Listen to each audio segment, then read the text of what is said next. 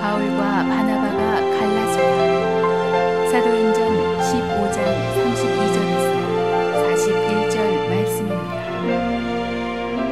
유다와 실라도 선지자라. 여러 말로 형제를 권면하여 굳게 하고 얼마 있다가 평안히 가라는 전송을 형제들에게 받고 자기를 보내던 사람들에게로 돌아가되, 바울과 바나바는 안디옥에서 유하며 수다한 다른 사람들과 함께 주의 말씀을 가르치며 전파하니라.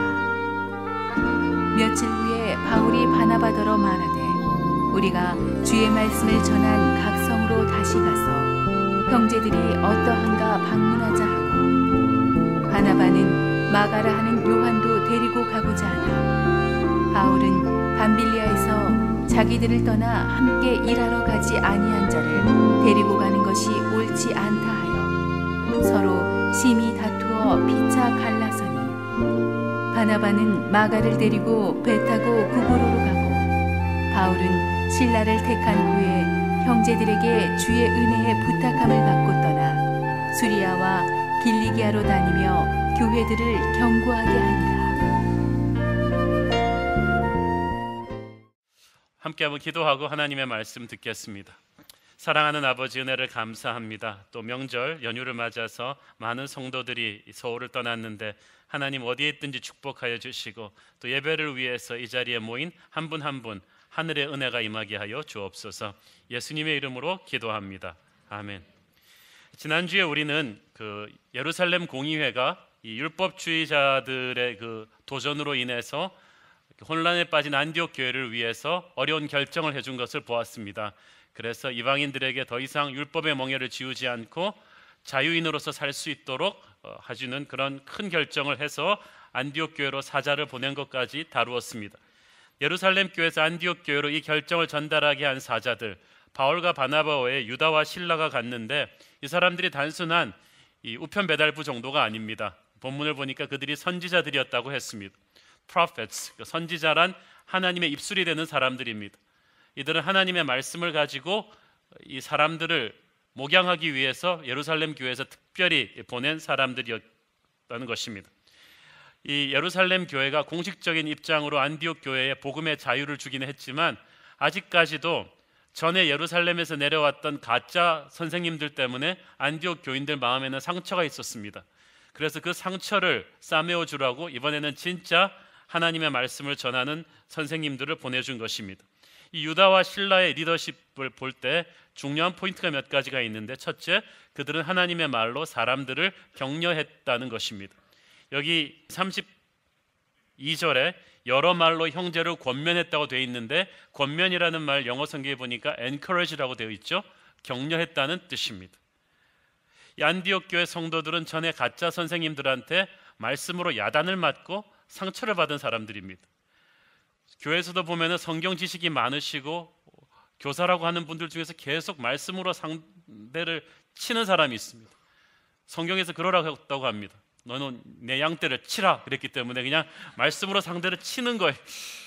그런데 그것은 하나님의 말씀을 가진 사람의 할 바가 아닙니다. 이 진짜와 가짜의 차이는 그것입니다. 아무리 똑똑하고 성경적인 말을 해도 그 사람의 가르침을 듣고 성도들이 자꾸 싸나워지고 시험에 들고 분열이 되면 그 사람은 가짜입니다.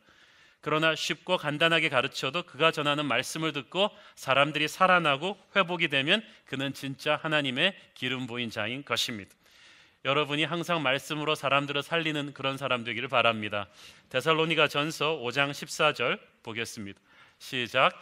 또 형제들아, 너희를 권면하노니 게으른 자들을 권계하며 마음이 약한 자들을 격려하고 힘이 없는 자들을 붙들어주며 모든 사람에게 오래 참으라. 여러분 중에 순장님, LCS 코치, 주일학교 선생님들은 이 말씀을 잘 붙드십시오. 여러분의 말씀으로 사람들을 격려하고 힘이 없는 자들을 붙들어주는 그런 빌딩업하는, 사람을 세워주는 격려의 메시지가 있게 되기를 바랍니다. 두 번째는 굳세게 해주는 것입니다. 유다와 실라의 말은 사람들에게 굳세게 하다. strengthen이라는 말은 힘을 준다는 것입니다. 요즘 사람들이 보면은 이렇게 힘없는 분들이 많습니다. 돈도 있고 학벌도 있는 것 같은데 그냥 기가 죽어서 삶의 의욕을 잃고 불안과 두려움에 사로잡혀서 기운이 쭉 빠져서 앉아 있는 분들이 있는데 이런 분들이 살아있는 말씀을 들으면 힘을 받고 살아납니다. 저는 여러분이 말씀을 통해서 사람에게 힘을 주는 그런 사람 되기를 바랍니다. 이사야서 35장 3절부터 4절까지 말씀을 보겠습니다. 시작. 너희는 약한 손을 강하게 하며 떨리는 무릎을 굳게 하며 겁내는 자들에게 이르기를 굳세어라, 두려워하지 말라. 보라, 너희 하나님이 오사 보복하시며 갚아주실 것이라. 하나님이 오사 너희를 구하시리라 하라. 그래서 살아있는 말씀을 갖고 있는 사람은 항상 주위 사람들한테 굳세어라, 두려워하지 말라, 힘을 내라. 그래서 그 순장님이랑 순례배를 하고 나면 막 사람들이 힘을 받고 살아나는 그런 힘을 주는 말씀이 여러분을 통해서 흘러나가게 되기를 바랍니다. 세 번째는 이 유다와 실라는 정성을 쏟았습니다. 33절을 보니까 그들이 얼마 있다가 평안히 가라는 전송을 형제들에게 받고 나서야 안디옥을 떠나 예루살렘으로 돌아갔다고 되어 있습니다. 얼마인지는 알 수가 없지만 이 말을 문맥을 잘 번역해 보면 이런 것입니다.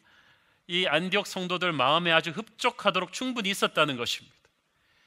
제가 이 말씀을 굉장히 중요하게 생각합니다. 사실 이들은 예루살렘 교회에서 권위를 준 아주 힘 있는 사람들이기 때문에 결정사항 딱 전달하고 그래 알아서 해 그러고 갈 수도 있었습니다. 용건만 간단하게. 전화도 용건만 간단히 하고 딱 끊는 사람 있잖아요. 그렇지만 그들은 그렇게 하지 않았어요. 이 안디옥 교회 성도들의 마음에 흡족하도록 같이 있어 주었습니다. 같이 있어 준다, 이 임재해 준다, 이게 굉장히 중요합니다. 옛날에 저는 저에게 목회를 가르쳐준 선배님으로부터 신방의 비기를 전수받았습니다. 이분은 뭐 설교나 그런 목회 리더십이 탁월한 분은 아닌데 신방을 통해서 사람들한테 지극히 큰 은혜를 주고 감동을 줍니다. 비결이 뭡니까? 그랬더니 신방 가는 집에 가서는 말이야, 이분 표현대로 은혜롭게 개겨야 돼. 그게 뭐죠? 그러니까 충분히 있어야 된다는 거예요. 가서 설교하려고 하지 말고 뭐 하려고 그러지 말고 그분들 얘기에 장단 맞춰주면서 끝까지 들으면서 충분히 있고 나면 얘기는 그분이 다 하시는데 끝나고 나면 이분이 은혜 받았다고 한대요. 그러니까 그분의 은혜 받는 것과 목사의 설교의 길이는 반비례한다는 거죠. 가서 설교를 하려고 그러지 말고 그분과 충분히 함께 있어주라, 정성을 보여주라. 정성을 주면 감동을 받는다는 것입니다. 사랑하는 여러분, 유다와 실라가 그런 감동을 안디옥 교회에게 준 것입니다. 여러분이 맡은 양들에게 그런 감동을 줄 수 있게 되기를 바랍니다. 그래서 이번에 고향 친지한테 가시면요, 아버님 어머님 안녕 그리고 그냥 달랑 세배만 하고 총알같이 뜨지 마시고 충분히 감동을 느낄 수 있을 정도로 같이 있어 드려야 합니다. 임재하는 게 가장 큰 축복이거든요.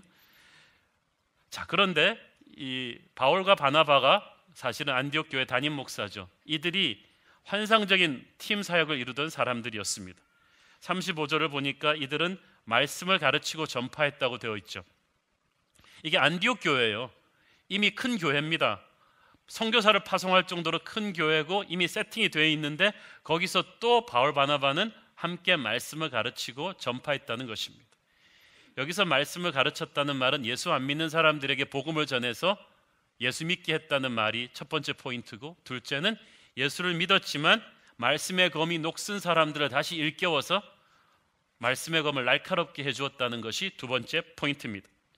저는 우리가 말씀 앞에서 겸손해야 한다고 믿습니다. 나 이제 교회 다닐 만큼 다녔어, 설교 들을 만큼 들었어, 성경에 대해서 알 만큼 알아. 이때부터 교만이고 이때부터 무너집니다.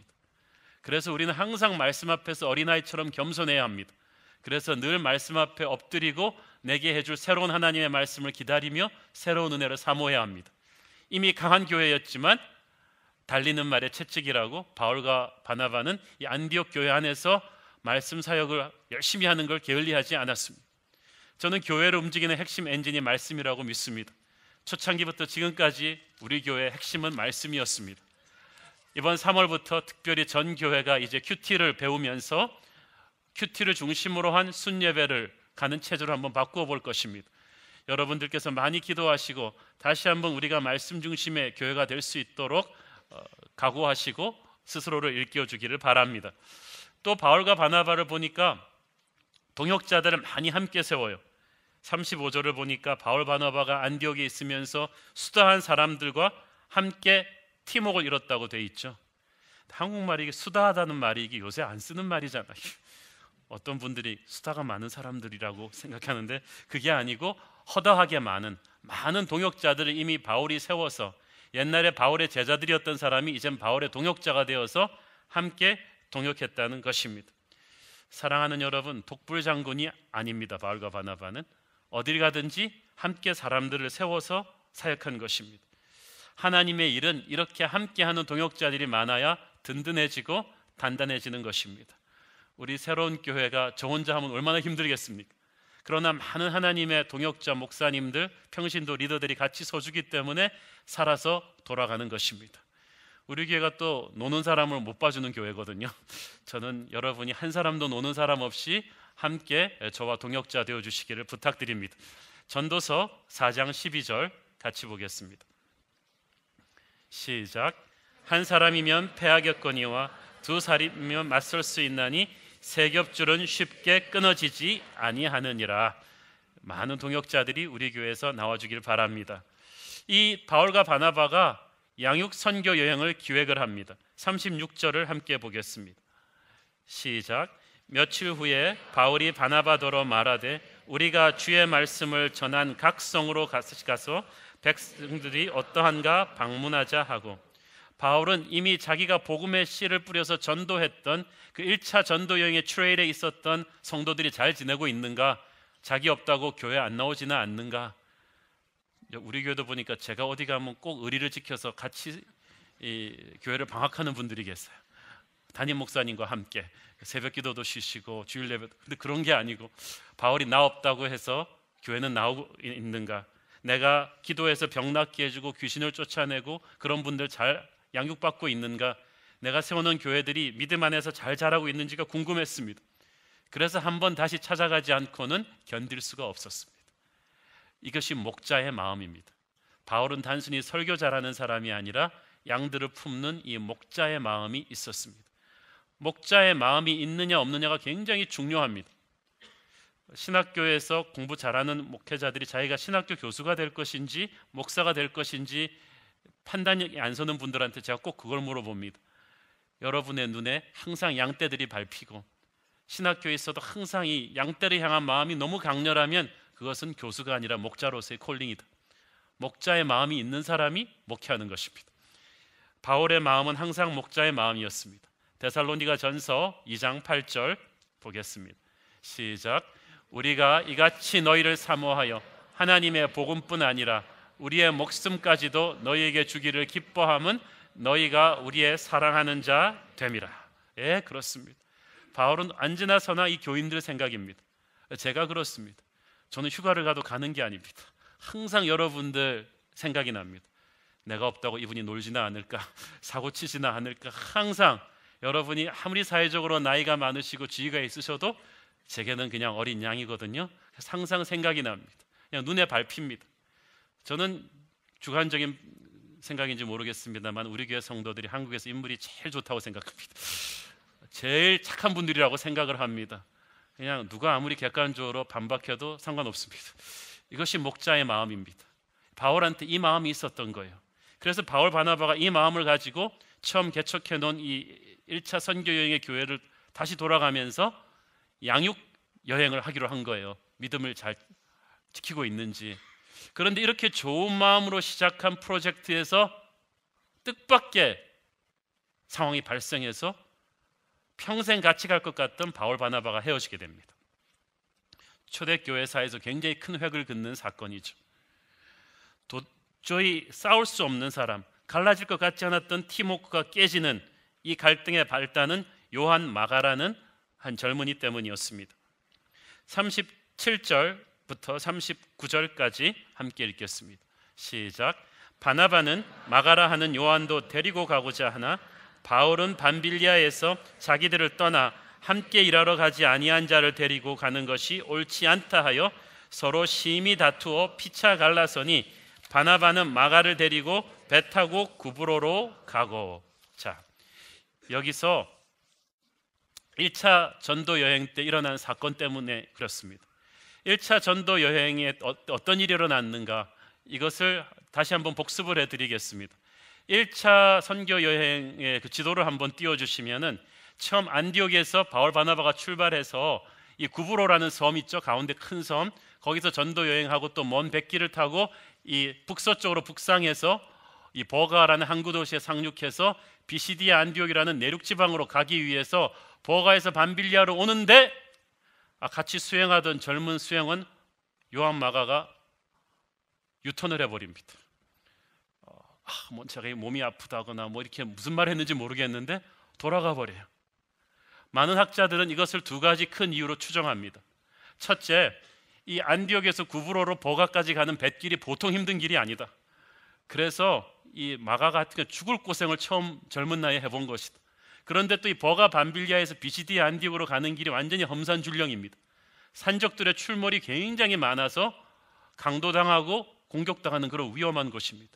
그러니까 젊은 마가가 처음 선교 여행 신나서 쫓아왔다가 중반쯤 되니까 배멀미도 나고 막 힘든 데다가 이 아저씨들이 또 이 안으로 들어간다고 하니까 그냥 오만 가지 생각이 다 나는 거죠.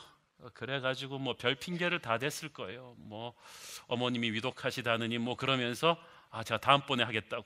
그리고 중간에서 돌아간 거예요. 또 두 번째 원인은 이 요한 마가가 바나바의 조카거든요. 그런데 1차 선교 여행을 하면서 아무래도 선교 여행이 본격화되다 보니까 그때까지는 이 팀에서 리더였던 바나바가 2인자로 내려서고 설교와 또 신유의 은사가 더 강렬한 바울이 이 선교팀의 리더가 됩니다. 그러다 보니까 마가가 왜 우리 삼촌이 갑자기 2인자로 내려서는 거지? 그러면서 약간 조금 상처받은 마음도 있지 않았는가라고 학자들은 추정합니다. 어찌됐든 정말 중요한 힘들어지는 시점 중반부에서 같이 가던 젊은 수행원 마가가 돌아가 버리니까 바울 바나바가 얼마나 힘들었겠어요. 당장 짐도 3개를 두 사람이 들어야 되니까 힘들었을 것이고 너무너무 힘들었던 거예요. 중간에서 한 사람이 포기하니까 바울이 그때 기억이 강렬하게 남았어요. 여러분, 우리가 일을 할 때 보면 항상 이렇게 중간에서 포기하는 분들 때문에 너무나 안타깝습니다. 우리가 하나님의 일을 하다 보면 중간에 지칠 때도 있어요. 일이 불공평하게 나한테 많이 떨어질 때도 있습니다. 서로 성격이 안 맞을 때도 있습니다. 억울한 욕을 먹을 때도 있습니다. 그렇지만 그것 때문에 포기하고 돌아가는 것은 안 됩니다. 왜냐하면 하나님의 일을 할 때는 화려한 시작보다 진득한 그 중간 페이스가 중요하고 끝까지 성실하게 마무리하는 것이 중요하거든요. 우리는 사람 보고 환경 보고 일한 사람들이 아니잖아요. 저는 여러분이 한번 시작한 일을 끝까지 완주하기를 바랍니다. 이 요한 마가가 중간에서 돌아가 버린 거예요. 그러니까 바울 성격에 뭐 이런 사람이 다 있어. 이렇게 철없는 젊은이를 데리고 우리가 앞으로 어떻게 사역하겠어? 그래서 바울은 그런 마가를 바나바가 또 데리고 가자고 하니까 너무 화가 난 거예요. 아마 이렇게 말했을 것입니다. 여보시오 바나바 형, 김형, 박형처럼 바나바 형. 아니 지금 자기 친척이라고 마가를 두둔하는 겁니까? 그때 마가가 중간에서 돌아가 버려서 우리가 얼마나 힘들었는지 당신 벌써 잊어버렸단 말입니까? 마가는 비겁했어요. 똑똑할지 몰라도 나약해요. 믿을만하지 못해요. 사역은 영적 전쟁인데 그 친구가 우리를 중간에서 버리고 도망갔단 말이에요. 아직 다시 투입할 만한 성숙이 없어요. 검증이 안 됐어요. 나는 이 친구 못 데리고 가요 라고 말하니까 바나바는 또 바나바대로 의견이 있었습니다. 같은 다이아몬드도 어떤 앵글에서 보는가에 따라서 다르거든요. 아마 바나바는 이렇게 말했을 것입니다. 바울씨, 분명히 1차 선교 여행 도중에 우리를 버리고 마가 요한이 떠난 것은 잘못이었죠. 제가 따끔하게 혼냈습니다. 반성하고 있습니다. 회개하고 있습니다. 본인도 충분히 뉘우치고 있으니 다시 기회를 주는 것이 좋지 않겠습니까? 꼭 내 조카라서 그러는 거 아니에요. 아니 우리 중에 젊은 시절에 그 정도 사고 안 친 사람 누가 있어요? 이런저런 이유로 다 잘라버리면 누가 사역할 자격이 있어요? 아니 저 수제자 베드로도 그날 밤에 주님 잡히시기 전날 밤에 3번이나 주님 부인했는데도 주님 용서하셨잖아요. 일꾼이 많이 부족하니까 우리 다시 한 번만 기회를 줍시다. 이 바나바는 아마 이렇게 말했을 것입니다. 사실 바나바는 평소부터 이 사람은 항상 남을 믿어주고 격려해주는 사람입니다. 바나바라는 이름의 뜻이 Son of Encouragement, 격려하는 자란 뜻이에요. 솔직히 바울도 바나바의 이런 성품의 덕을 본 사람이죠. 처음에 바울이 교회를 그렇게 핍박하다가 회심했을 때 예루살렘 교회 그 누구도 바울을 받아주려고 하지 않았어요. 저놈 믿지 못한다. 아마 스파이일 거야. 그랬을 때 누가 바울의 손을 잡고 예루살렘 교회로 가서 중재해 줬나요? 아니에요. 바울의 회심은 진짜예요. 이 사람을 믿어주세요. 바나바였어요. 바나바 때문에 예루살렘 교회가 바울을 받은 거예요. 그리고 또 바울이 고향 다소에 가서 몇 년 동안 은둔하고 있었을 때, 잊혀진 사람이 되었을 때 누가 한참 부흥하고 있는 안디옥 교회에 바울을 다시 데리고 가서 목회자로 세웠나요? 그것도 바나바였어요. 쉽게 말해서 바나바가 아니었다면 오늘날의 바울은 없단 말이에요. 그러니까 바나바는 진짜 사람을 세워주는 인품의 사람입니다. 이 바울은 설교와 변증에 뛰어난 인물입니다. 병을 고치고 귀신을 쫓아내는 그런 영적인 능력이 있는 사람인데, 바나바는 그런 능력은 좀 떨어지지만 이 누구도 비교할 수 없는 인품을 소유한 사람입니다. 그래서 바울이 불도적격으로 확 진출하면서 불가능을 가능케 하는 사역을 팍팍 열면, 이렇게 팍팍 여는 사람은 앞만 보고 달리기 때문에 옆에 사람들을 상처 주기 쉬워요. 그러면 상처 입은 사람들을 바나바가 다 가서 싸매어주고 치유해주면서 간다는 것입니다. 상담 잘하고 연약한 자들을 잘 돌보고 자기 재산 팔아서 가난한 자들도 돕는 이런 따뜻한 성품의 사람, 할 수 있거든 모든 사람과 다 화목하는 피스메이커가 바나바였다는 것입니다. 그래서 이 바울과 바나바의 이 두 입장이 누가 옳고 누가 그른 게 아니었다는 것입니다. 이 둘이 팡 붙었어요. 그리고 헤어지고 말았습니다. 타협점을 찾지 못했습니다. 우리가 이 안타까운 상황을 보면서 배울 수 있는 교훈들이 있습니다. 하나님의 사람도 천사가 아닙니다. 서로 의견 충돌이 있을 수 있고 갈등 관계로 들어갈 수가 있습니다. 많은 사람들이 교회에서 이렇게 사람들이 시니어 리더들끼리 부딪히고 헤어지고 갈등 관계에 들어가면 막 시험 받습니다. 교회가 어찌 이럴 수 있나? 교회는 달라야 되지 않는가? 교회 어떻게 다툼이 있을 수 있냐? 성령께서 계시는데. 그렇지만 교회에 대한 환상을 갖지 말기를 바랍니다. 교회는 천국이 아닙니다. 천국을 연습하는 곳입니다. 교회 머리이신 주님은 완전하십니다. 그러나 교회를 이루는 지체인 우리들은 불완전합니다. 예수의 은혜를 통과해서 그렇지 아직도 옛사람의 기질들이 다 살아있습니다. 우리 새로운 교회 성도님들 얼마나 똑똑하시고 인물 좋으시고 괜찮은 분들이십니까? 그 말은 전부 다 한 손가락씩 한다는 거죠. 고집이 세고 자존심이 강하고 이기적입니다. 그런 우리가 아무리 은혜의 커튼으로 덮었지만 안 부딪히겠어요? 첫 번째, 여러분 교회에 대한 환상을 갖지 말기를 바랍니다. 갈등이 생기면 그러려니 하십시오. 중요한 것은 이 갈등이 본질의 문제냐 아니면 비본질의 문제냐, 이게 중요합니다.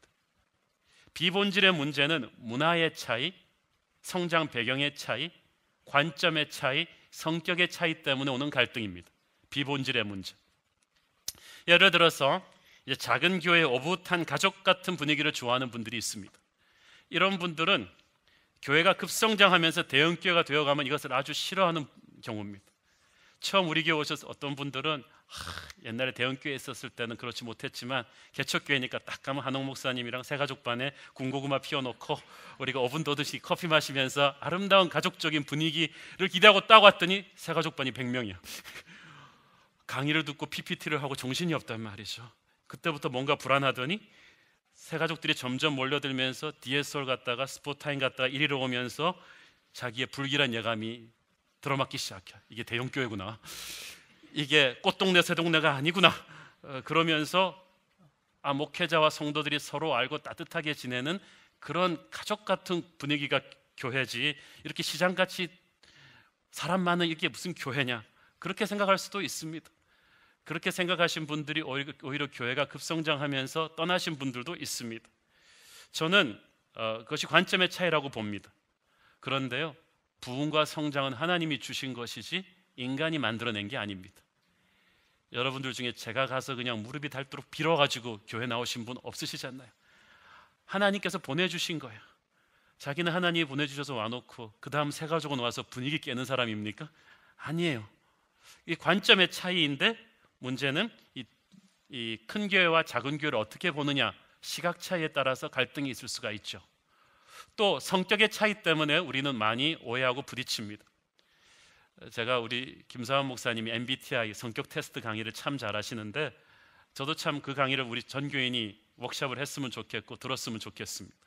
이 성격이 예를 들어서 외향적인 사람과 내성적인 사람이 있어요. 외향적인 사람은 아주 표현이 막 많아요. 하나를 알면 막 100을 말합니다. 그러니까 한 90은 뻥이라고 생각하고 들으면 됩니다. 막 그리고 모르는 사람한테도 가서 막 끌어안고 막 적극적으로 웰컴하고 잘합니다. 그런데 또 내성적인 분들은 조용합니다. 100개를 알아도 1개밖에 표현을 못합니다. 이런 분들은 설교가 아무리 은혜로워도 나가면서 그냥 웃고 나갑니다. 그러면 설교 잘한 거죠. 저는 답답하죠. 은혜로웠으면 와서 그냥 확 제 인생이 변했어요 라고 말해줬으면 좋겠는데 간증문에는 나중에 인생이 변했다고 썼는데 표현은 전혀 모르겠어요. 이분들은 주어진 일은 성실하게 잘 해내지만 낯선 사람들한테 가서 말 걸고 이러는 거 굉장히 싫어합니다. 외향적인 분들 볼 때는 이 내성적인 분들이 완전히 분위기 킬러거든요. 좀 적극적으로 움직여주고 활동적으로 움직이면 될 텐데 너무 저렇게 하고 있으면 침체되지 않나. 근데 그분들도 활동적이에요. 속으로. 이 내성적인 분들도. 그리고 이 내성적인 분들은 이 외향적인 사람들을 볼 때 너무 시끄럽고 무례하다고 느낍니다. 교회를 시장바닥같이 만드는 사람들이라고 생각합니다. 그리고 모르는 사람들한테 막 대시하는 게 저거 위선적이 아닌가 그렇게 생각을 하는데 이 두 유형이 교회에 다 필요하다는 말이죠.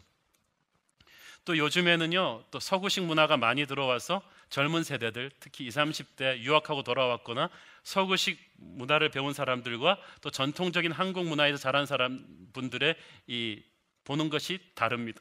표현부터 다릅니다. 이 서구식은 직설적인 표현법을 하죠. 예스 노가 분명합니다. 그렇지만 한국식 표현은 예스도 아닌 것이 노도 아닌 것이 이 중간에 아리깨리 하는데 이걸 잘해야 됩니다. 제가 청소년 시절부터 20년 동안 미국 살다가 30대 초반에 처음 한국에 들어와서 목회할 때 이것 때문에 고생을 많이 했습니다. 이제 어떤 성도분이 병원에 입원하셔가지고 제가 전화를 걸고 집사님 얼마나 힘드세요? 제가 신방 가겠습니다. 목사님 다른 분들도 바쁘신데 목회하나 바쁘신데 괜찮습니다. 알겠습니다. 그러고 안 갔죠. 그랬더니 막 소문이 도는 거예요. 한옥 목사가 공부를 많이 해서 그런지 교만하다. 약한 사람들은 신방하지 않는다. 이상하다. 본인이 분명히 오지 말라 그랬는데. 세월이 흘러서 몇 년 전에 제가 안면마비가 걸려서 집에 3개월 동안 요양하고 있었거든요. 근데 제가 데리고 있던 젊은 부목사님들 중에서 오겠다는 거예요. 그래서 제가 전화로 목회 바쁠 텐데 안 와도 괜찮아. 근데 진짜 안 오는 사람이 있는 거 있죠. 제가 아직까지도 기억이 나요. 아주 교회로 돌아갔더니 목사님이 불편해하실 것 같아 오지 말라 그러셔서 안 갔습니다 그러는 거예요. 속으로 잘났어 그러면서 막 분노가 일어나는 거죠. 그리고 제가 그때 이해를 했습니다. 이 한국 문화 표현이 이게 중요하거든요. 예스와 노가 분명하고.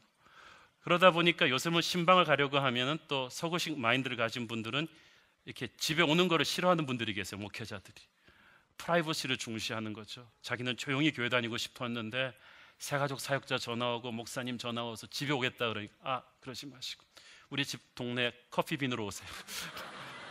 너무 가까이 하기에는 너무 먼 당신. 그런데 또 전통적인 교회에서 오신 분들은 왜 신방을 안 하냐는 거죠. 왜 목사님들이 제가 이렇게 쉽게 사는 게 아닙니다. 우리 목회자들이. 그런데 이것도 어떤 관점의 차이지 옳으냐 그르냐의 문제가 아니거든요. 또 교회에서 보면은 갈등의 요소가 자신이 세상에서 익숙한 이 직업, 종사하는 분야의 문화가 이분의 말과 행동하는 스타일을 바꾼 경우가 많습니다. 교회도 그런 식으로 하십니다. 예를 들어서 자영업 하시는 분들, 큰 회사부터 작은 마트에 이르기까지 자기 거 장사를 하시는 분들은 결단이 빠릅니다. 일을 밀어붙이는 추진력이 강합니다. 이분들한테 말하기가 겁납니다. 이렇게 해보시죠 그랬는데 그 다음날 벌써 예산 다 짜갖고 와가지고 팀 구성까지 막 다 하는 거죠. 이분들의 항상 답답함은 교회가 빨리빨리 안 움직인다는 거죠. 추진력이 부족하다는 거예요. 그런데 또 다른 분들 보기에는 이분들은 너무 사람을 몰아붙이는 거예요. 또 사회에서 학교 선생님들이나 교수님들이나 남을 가르치는 직업에 있던 분들은요 교회 와서 일하시면서도 목소리는 부드러워졌지만 계속 남을 고쳐주십니다. 설교 끝나고 나면 웃으면서 다가오길래 나는 은혜 받았다고 하는 줄 알았더니 목사님 그때 인용하신 중에서 뭐 1492년이 그게 아니고 1495년입니다. 뭐 이렇게 고쳐주거나 안내하는 집사님들한테 와서 어떤 분은 격려하시는데 어떤 분에서 집사님 이 구두가 안 맞네요 뭐 이렇게 하면서 고쳐주고 지적해 주시는, 본인들은 그게 은사인데 듣는 사람들은 막 화나는 거죠. 그러면 지가 할 것이지 그러면서 막 화가 나요. 그런데 이분들이 악해서 그런 게 아니라 그게 직업이에요. 군 장성으로 퇴역하신 분이랑 제가 한번 같은 사역팀에서 사역했던 적이 있는데 가만 보니까 이분이 나를 쫄병 취급하고 있는 거예요. 그 저뿐 아니라 다른 교역자 팀원들도. 그러니까 이분은 군대에서 몸이 너무 이렇게 배가지고 우리 민간인들이 자기를 어떻게 보는지를 모르고 있는 거죠. 그분들이 이 민간인 사회에 적응하는데 한 10년 넘게 걸린 것 같아요. 그렇지만 제가 이분이 군 장성이었다는 걸 알고는 조금 이해했습니다. 우리가 한 발자국만 뒤로 물러서서 상대의 직업과 성장 배경을 이해하면은 많은 갈등이 파국으로 치닫는 것을 막을 수가 있습니다. 또 자신이 성장한 특정 교단이나 교회의 문화가 몸에 배서 새로운 교회에 오셔가지고도 이렇게 적응이 안 되는 분이 계세요.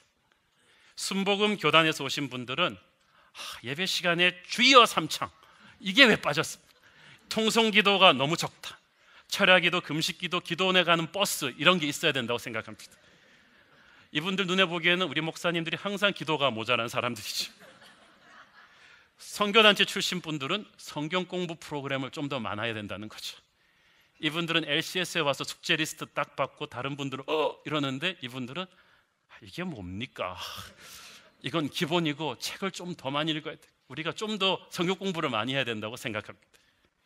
또 보수주의 장로교단 출신에서 오신 분들은 예배 시간에 찬송가가 너무 적게 부른다는 거죠. 사도신경 왜 안 하냐? 주기도문 왜 안 하냐? 예배가 좀 더 무게 있고 거룩해야 되지 않느냐? 감리교단에서 오신 분들은 교회가 사회봉사를 조금 더 해야 될 것 같다고 말씀들 하십니다. 목회하기가 쉽지가 않았습니다. 그런데 여러분, 영성이란 프리즘과도 같습니다. 빨주노초 파남보 색깔이 같은 빛을 거르는데도 쫙 나온다는 거예요. 그 중에 어느 것이 진짜 빛의 색깔이냐고 물으신다면 다 빛의 색깔이죠. 그래서 우리는 나와 다르다고 해서 함부로 남을 판단하면 안 되고 나의 것을 절대화시켜서 생각하면 안 된다는 것입니다. 로마서 2장 1절 말씀 시작. 그러므로 남을 판단하는 사람아 누구를 막론하고 네가 핑계하지 못할 것은 남을 판단하는 것으로 네가 너를 정죄함이니 판단하는 네가 같은 일을 행함이니라. 아멘. 함부로 판단하지 마세요. 옆에 사람들 사역 스타일 함부로 판단하지 마시고 일하는 스타일 함부로 판단하지 마세요. 특별히 한옥 목사의 설교에 대해서 함부로 판단하지 마세요. 그냥 좋은 설교라고 믿으셔야 돼요. 하나님 안에서도 하나님 사람들 사이에서도 갈등은 있을 수가 있습니다. 중요한 것은 본질이 흔들리지 않는 것입니다. 이때까지 얘기했던 것은 다 비본질적인 것들이에요. 본질이 흔들리지 않는다는 것은 무슨 말이냐? 우리 모두가 같은 복음을 믿고 있다면 본질이 흔들리지 않는 것입니다. 이단과는 절대 교제할 수 없고 대화할 수 없고 타협할 수 없고 화목하지 않습니다. 이단들은 그냥 쫓아내야 돼요. 다른 복음을 믿고 있기 때문에 그건 본질이 다른 문제예요. 그렇지만 이단이 아닌 이상 똑같이 그리스도의 십자가 죽음과 그 죽음으로 내 죄를 대속하심과 부활을 믿고 재림을 믿고 성령의 기름 부으심을 믿는 복음의 공통분모가 같다면 우리는 하나입니다. 그러므로 다른 모든 갈등 요소들은 부수적인 것들입니다. 다 같이 하나님을 사랑하다 보니까 그런 일들이 벌어지는 것인데 이런 갈등은 항상 있을 수 있다는 것을 인정하고 베드로와 바울도 싸우고 바울과 바나바도 싸웠다. 이런 것들 때문에 괜히 우리가 목숨 걸고 눈에 핏대 올리며 감정 싸움할 필요가 없어요. 그거는 사탄이 불붙이는 짓입니다. 문제를 문제화시키면 더 큰 문제가 되죠. 그냥 문제가 있으면 있는가 보다 하면서 그냥 계속 가야 돼요. 아니 한 입을 덮고 자는 부부도 맨날 싸우면서 어떻게 교회가 완벽하기를 바라세요? 그저 우리가 복음이 하나라는 것, 같은 복음 안에서 같은 주님 안에서 서로 형제라는 기본만 흔들리지 않으면 되는 것입니다. 그리고 이 갈등 관계를 잘 극복하면 오히려 더 성숙해질 수가 있고 교회가 더 덕스럽게 균형을 잡을 수가 있습니다. 그래서 중요한 것은 해결이 아닌 화해를 강조하는 것입니다. 우리는 문제를 해결하고자 합니다. 누가 옳냐 그러냐를 결판 내자. A냐 B냐를 택해라. 정답을 택하라. 그러나 해결을 자꾸 푸시하면요, 민주주의 투표를 해도 상처받습니다. 다수에 밀려서 진 소수가 행복해하는 거 보셨어요? 해결을 시키려고 하지 말고 모든 사람이 내 입장에 동의하라고 푸시하지 말아야 합니다. 해결에 초점을 맞추지 말고 화해하려고 관계에 초점을 맞춰야 합니다. 롯과 아브라함의 목자들이 싸웠을 때 아브라함도 가서 할 말이 많았습니다. 그렇지만 아브라함은 심플하게 한마디만 했습니다. 우리는 한 형제가 아니냐, 한 형제가 아니냐. 하나님께서는 우리가 획일적으로 억지로 하나가 되는 걸 원치 않습니다. 서로 다름을 인정하면서 하나가 되기를 원하십니다. 바나바 너 성격 바꿔, 바울 너 성격 바꿔 이렇게 말하지 않았어요. 바나바 네 성격도 좋아, 바울 네 성격도 좋아, 다 필요해서 내가 만든 거야. 그러나 너희는 서로를 인정해야 돼. 우리는 서로 동의하지 않아도 함께 살아갈 수 있습니다. 고린도전서 12장 4절부터 7절까지 시작. 은사는 여러 가지나 성령은 같고 직분은 여러 가지나 주는 같으며 또 사역은 여러 가지나 모든 것을 모든 사람 가운데서 이루시는 하나님은 같으니 각 사람에게 성령을 나타내심은 유익하게 하려 하심이라. 유익하게라는 말은 for the common good, 교회 전체의 덕을 위해서 하나님이 다르게 갈등도 허락하셨기 때문에 너무 갈등 때문에 갈등하지 말라는 것입니다. 때로는 헤어지는 것이 나을 수도 있습니다. 믿기 어려운 사실이지만 사실입니다. 바울과 바나바가 심히 다투고 헤어졌을 때 이걸 우리가 너무 비극적으로 볼 필요 없어요. 그 정도 시니어급 지도자들이 서로 화목하고 같이 끝까지 갈 수 없었나? 그러나 끝까지 오히려 갔으면 더 좋은 안 좋은 상황으로 갈 수도 있었어요. 헤어짐으로써 바울과 바나바 두 사람의 입장이 다 교회에 필요하다는 것을 두 사람이 공존하게 했다는 것입니다. 저는 바울적인 요소와 바나바적인 요소가 반드시 교회의 균형을 맞춰야 된다고 봅니다. 바울은 탁월하게 일합니다. 그렇지만 바나바는 따뜻하게 일합니다. 바울은 능력을 발휘하는데 바나바는 사람을 믿어주고 다시 세워줍니다. 바울 같은 지도자만 있으면 탁월한 사역은 이루어지지만 교회가 숨도 못 쉬는 꽉 막힌 조직이 될 수가 있습니다. 바나바가 있어서 따뜻한 온기를 불어넣어줘야 합니다. 그렇지만 또 바나바만 있으면 분위기는 따뜻한데 배가 산으로 가버릴 것입니다. 그래서 바울 같은 사람이 있어서 도전을 주고 영적인 질서를 잡아줘야만 합니다. 그래서 우리가 성급하게 갈등을 무리하게 해결하려 하지 말아야 합니다. 하나님 보시기에는 바울과 바나바 두 사람의 장점이 함께 공존해야 되는 것입니다. 그래서 시간과 거리를 두고 조금 문제에서 물러날 필요가 있습니다. 헤어진 것은 서로 원수가 돼서 갈라진 것이 아니라 서로 시간과 거리를 두면서 하나님이 이것을 천천히 해결할 수 있도록 성령님께 맡겨드린 것입니다. 그래서 우리는 헤어질 때 잘 헤어져야 됩니다. 뭐가 잘 헤어지는 것이냐? 사람한테 하는 이야기를 줄이고 기도를 많이 해야 합니다. 우리가 보통 갈등 관계 들어가면 그 사람이랑 막 대화하려고 하고 아니면 제3자한테 막 그 사람 욕을 해가지고 내 지지파를 만들려고 하는데 이게 다 교회를 망가뜨리는 일이에요. 말을 줄이고 기도를 많이 해야 갈등 관계를 잘 해결할 수가 있습니다. 야고보서 4장 1절부터 2절까지 시작. 너희 중에 싸움이 어디로부터 다툼이 어디로부터 나느냐? 너희 지체 중에서 싸우는 정욕으로부터 나는 것이 아니냐? 너희는 욕심을 내어도 얻지 못하여 살인하며 시기하여도 능히 취하지 못함으로 다투고 싸우는도다. 너희가 얻지 못함은 구하지 아니하기 때문이요. 자, 여기서 다투고 싸우는도다 바로 옆에 구하지 아니하기 때문이라고 나오죠. 기도하지 않으면 갈등이 더 불을 붙는다는 거예요. 기도하지 않으면 자꾸 사탄이 그렇게 만든다는 것입니다. 그래서 말을 줄이고 갈등 관계에서는 기도를 많이 하셔야 합니다. 그러면 하나님이 중재하십니다. 서로 나중에 후회할 격한 말과 행동을 하면 안 됩니다. 다 퍼부어주면 속이 시원할 것 같지만 나중에 뒤끝이 안 좋습니다. 그래서 헤어질 때 최대한 하고 싶은 말을 줄이고 축복의 말로 끝내야 됩니다. 그리고 손해볼 각오를 하는 것입니다. 많은 사람들이 갈등 관계에서 헤어질 때 원수가 되어서 헤어지는 것은 서로 손해보지 않으려 하기 때문입니다. 그러니까 아브라함이 보세요. 조카 롯과 헤어질 때 어찌 분한 마음이 없었겠습니까? 그렇지만 조카 롯한테 너 네가 갖고 싶은 땅 다 가져가고 손 털었습니다. 그랬더니 롯이 얄밉게 제일 기름진 땅 택해서 갔죠. 아브라함은 바보같이 양보했지만 롯이 택한 땅은 멸망의 땅이었습니다. 욕심은 멸망을 낳습니다. 그렇지만 바보같이 양보한 아브라함은 천하 만민에게 존경받는 큰 부와 명예를 하나님이 안겨주셨습니다. 이게 굉장히 중요합니다. 제가 한번 옛날에 알던 그 굉장히 잘 사는 집인데 형제들끼리 싸움이 붙었어요. 막 살벌해졌어요. 믿음의 형제들이기 때문에 제가 가서 중재를 하게 되었는데 보니까 역시 마지막 결정적인 아킬레스건은 이 재산 싸움이에요. 그래서 그래도 제일 저랑 성경 공부를 많이 한 그 집사님한테 그랬어요. 이 문제를 은혜롭게 푸는 방법은 딱 한 가지입니다. 뭡니까? 집사님, 재산권을 포기하십시오. 다른 형제들한테 양보하십시오. 그때 이분이 그러는 거예요. 딸꾹질하듯이 그러는 거예요. 아니 집사님, 자기 회사도 있으시고 아이들 공부 다 하셨고 이렇게 먹고 살 거 걱정 없으신데 이거 부동산 이거 다 양보해 버리세요. 믿는 크리스찬 집안에서 이 재산 때문에 제가 볼 때는 이 싸움이 커지고 덕이 되지 않습니다. 집사님 양보하시죠. 딸꾹질같이 예를 몇 번씩. 그런데 이분이 그 딸꾹질 예를 수십 번 한 다음에 양보를 했어요. 그러니까 정리가 되더라고요. 그리고 하나님께서 수년 후에 그분을 갚아주셨어요. 축복해 주셨습니다. 사랑하는 여러분, 손해보는 것 같아도 헤어질 때 그 사람에게 선물을 주고 축복을 주고 손해를 보고 헤어지십시오.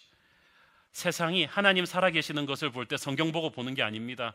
하나님의 사람들이 서로 사랑하는 것을 보고 봅니다. 갈등 관계에서 어떻게 처리하는가, 갈등이 없을 수는 없겠지만 교회 사람들은 싸울 때 어떻게 하는가, 그걸 보는 거예요. 과연 국회랑 다른가, 회사랑 다른가를 보는 거예요. 그때 세상 사람들은 은혜를 받는 것입니다. 요한복음 17장 2절 말씀 시작. 보십시오. 아버지께서 내 안에 내가 아버지 안에 있는 것 같이 그들도 다 하나가 되어 우리 안에 있게 하사 세상으로 아버지께서 나를 보내신 것을 믿게 하옵소서. 세상은 싸워도 해결하지 못합니다. 그것이 마귀의 특성이니까. 그러나 교회는 다릅니다. 싸워도 헤어져도 하나라는 걸 보여줘야 합니다. 이렇게 할 때 마귀가 개입하지 못합니다. 교회 싸움에 마귀가 개입하면 서로 물고 뜯다가 모두 죽게 되죠. 그러나 은혜롭게 하면 하나님이 개입하셔서 모두가 살아납니다. 또 중요한 게 있어요. 헤어진 뒤에 사역에 게을러서는 안 돼요. 사실 갈등이 문제가 아니라요, 사탄이 갈등을 이용해서 유능한 영적 지도자들이 사역 자체를 떠나도록 만들어 버립니다. 사실 동역자들끼리 갈등이 심해지면 만사 다 때려치우고 싶은 생각이 들거든요. 그게 사탄이 주는 생각이에요. 그래서 갈등은 갈등이고 사역은 사역입니다. 하나님의 사람들은 헤어져도 하나님의 일을 더 열심히 해야 합니다. 바울 바나바는 헤어졌지만 바나바는 요한을 데리고 구브로로 가서 선교 사역 계속하고, 바울은 또 실라 디모데 데리고 또 다른 쪽으로 가서 선교 여행 계속해서 하나님의 사역의 파이어 파워가 죽지를 않습니다. 저는 여러분이 갈등과 인간관계 어려움이 있다 할지라도 하나님이 주신 사명을 끝까지 완주하게 되기를 축원합니다. 시간이 지나면요, 반드시 하나님의 회복과 치유가 임합니다. 바울 바나바가 이렇게 헤어졌지만 나중에 고린도에 보내는 편지에서 바울은 바나바를 축복합니다. 그리고 더 결정적인 것은 세월이 지나서 이 바울이 그토록 모슬롬이라고 찍었던 마가 요한을 바울이 다시 데리고 사역을 하는 것을 볼 수가 있습니다. 골로새서 4장 10절을 보십시오. 시작. 나와 함께 갇힌 아리스다고와 바나바의 생질 마가와 이 마가에 대하여 너희가 명을 받았음에 그가 이르거든 영접하라. 얼마나 바울 곁에 있었더니 감옥까지 같이 들어가서 데리고 있었던 사역자가 된 거예요. 그리고 빌레몬서 1장 24절 시작. 또한 나의 동역자 마가, 아리스다고, 데마, 누가가 고난하느니라. 바울이 항상 데리고 다니던 톱 동역자 4명이 있었는데 먼저 나오는 순서대로 중요한 순서라고 성경은 항상 말하고 있죠. 마가가 바울이 가장 총애하는 영적 사역자가 됐어요. 세월이 지나면서 마가 요한이 성숙해졌고 바울은 그를 인정해서 자기의 동역자로 세운 거예요. 누구누구의 시처럼 우리는 어디서 무엇이 되어 다시 만날 것인가. 사랑하는 여러분, 그래서 지금은 할 수 없이 헤어지지만, 지금은 마음 아프지만 은혜롭게 잘 견뎌내면 나중에 언제 어디서 우리는 새로운 모습으로 다시 만나서 동역하게 될지 모릅니다. 갈등 관계가 있어도 이렇게 은혜롭게 극복하는 여러분 되기를 축원합니다. 기도하겠습니다. 사랑하는 주님, 우리가 함께 교회 생활하다가 함께 하나님의 일을 하다가 원치 않는 갈등 관계에 빠질 때가 있습니다. 그 누구의 잘못도 아니고 우리 각자가 죄인이기 때문에 그렇습니다. 우리의 옛사람이 너무 살아있기 때문에 그렇습니다. 환경과 문화와 가치관이 너무 다르기 때문에 그렇습니다. 그러나 이때 서로 기도하고 인내하고 이해하게 하여 주옵소서. 헤어지더라도 은혜롭게 잘 헤어져서 마귀가 개입하지 못하게 하옵소서. 그래서 서로 달라서 지금 헤어진다 해도 훗날 어디서 무엇이 되어 다시 만나든 오히려 합력하여 선을 이루는 계기가 되게 하여 주옵소서. 우리는 주 안에서 모습은 달라도 하나임을 믿습니다. 예수님 이름으로 기도합니다. 아멘.